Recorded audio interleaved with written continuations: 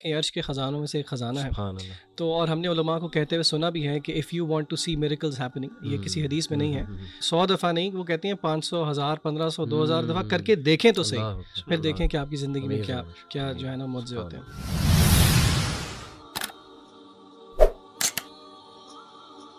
سب سے بلکہ پوچھنا چاہوں گا واٹس یور فیوریٹ ذکر؟ ویسے تو بہت سے اذکار ہیں، لیکن واٹس یور گو ٹو ذکر کہ جب آپ فری ہوں اور آپ آڈینس کو بھی بتانا چاہیں کہ جی ہاں یہ آئی لو دس ذکر.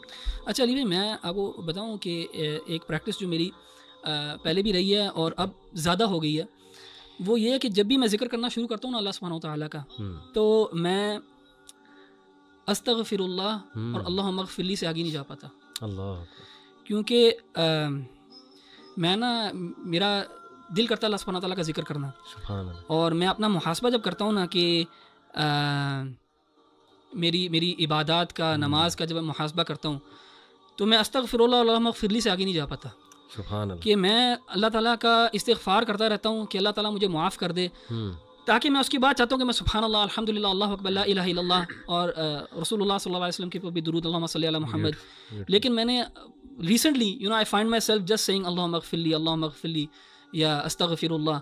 تو پرسنلی آج کل جو ہے نا، اگر میرا ذکر جو سب سے زیادہ یہ ہے تو وہ یہی والا ہے، اور وہ میری پرسنل جو اسٹیٹ ہے آج کل جس میں اپنے آپ کو پاتا ہوں اس وجہ سے. اینڈ اکارڈنگ ٹو حدیث جو کثرت سے استغفار کرے گا اللہ اس کے تمام جو ہے وہ. ابن تیمیہ رحمہ اللہ سے کسی نے پوچھا نا کہ اللہ کی تحمید زیادہ بہتر ہے کہ استغفار زیادہ، تو آپ نے اس کی بڑی پیاری مثال دی. آپ نے کہا کہ جب آپ نے کسی جگہ پہ پرفیوم لگانا ہو کسی کپڑے کو، تو سب سے پہلے you have to wash it. So اس کی پرفیوم تو تحمید اللہ کی تو وہ ایک خوشبو ہے، اور آپ کی گندگی جب تک صاف نہیں ہوگی تو سبحان اللہ، یعنی استغفار کئی دفعہ پریسیڈنس رکھتا ہے اوور سبحان اللہ. Amazing example. اچھا، while I agree with what Ahmed بھائی نے کہا ہے، لیکن آن دا کنٹریری اگر آپ دعا دیکھیں یونس علیہ السلام کی، تو اس میں آپ کو ایک دوسری پکچر ملتی ہے. میرے لیے پرسنلی جو ہے نا، حوقلہ جس کو کہا جاتا ہے، لا حول ولا قوت الا باللہ، یہ بہت امپاورنگ، مجھے بہت امپاورنگ دعا لگتی ہے، کیونکہ اس میں جو ہے نا وہ اس بات ہے اللہ تعالیٰ کی طاقت اور قدرت کا. اور اگر آپ دیکھیں تو یونس علیہ السلام کی دعا میں بھی یہی ہے،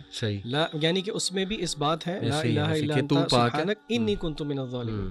تو میری گو ٹو پرسنلی، اور کیونکہ حدیث میں آیا بھی ہے کہ عرش کے خزانوں میں سے ایک خزانہ ہے، تو اور ہم نے علماء کو کہتے ہوئے سنا بھی ہے کہ if you want to see miracles happening, یہ کسی حدیث میں نہیں ہے، تو ٹرائی لا حول ولا قوت الا باللہ 100 دفعہ نہیں، وہ کہتے ہیں 500، 1000، 1500، 2000 دفعہ کر کے دیکھیں تو صحیح، پھر دیکھیں کہ آپ کی زندگی میں کیا جو ہے نا معجزے ہوتے ہیں. اچھا، احمد بھائی نے بات کی رمضان کی، قرآن کی اور دعا کی، یہ تو ہے ساری عبادت. اگر آپ پارے کے شروع میں آ جائیں تو اس میں ایک بڑی انٹرسٹنگ چیز ہے، بار بار سائنٹیفک چیزوں کی طرف جانے کو بہت دل کرتا ہے. اللہ تعالیٰ نے قرآن مجید کے اندر جو ہے وہ ایک طریقہ رکھا، اور وہ کس چیز کو ثابت کرنے کے لیے رکھا کہ آخر اللہ کی عبادت کیوں کی جائے. یعنی کہ وہ کیا دعویٰ ہے جس کے بعد اللہ تعالیٰ کہتے ہیں اچھا کیونکہ ایسی بات ہے اسی لیے میری عبادت کرو. اللہ تعالیٰ نے ہمیشہ توحید ربوبیت کو کلیم کر کے آگے پھر کہا ہے دیر فار ورشپ می. کیا مطلب توحید ربوبیت؟ کہ مثلا اللہ تعالیٰ خالق ہیں، اللہ نے یہ پیدا کیا، اللہ نے وہ پیدا کیا. تو میں جن آیات کی طرف اشارہ کرنا چاہ رہا ہوں وہ آیات یہ اس پارے کے بالکل شروع ہی میں ہیں. اللہ تعالیٰ فرماتے ہیں ان فی خلق السماوات والارض واختلاف اللیل والنہار والفلک. لمبی آیت ہے بیسیکلی، جس میں اللہ تعالیٰ نے تخلیق کا ذکر کیا، آسمان اور زمین کا، دن اور رات کے ہیر پھیر کا ذکر کیا، کشتیوں کی جب وہ دریا پہ چلتی ہیں لوگوں کو فائدہ دیتی ہیں، آسمان سے جب بارش برستی ہے، یعنی کہ it is the manifestation of اللہ تعالیٰ کریشن.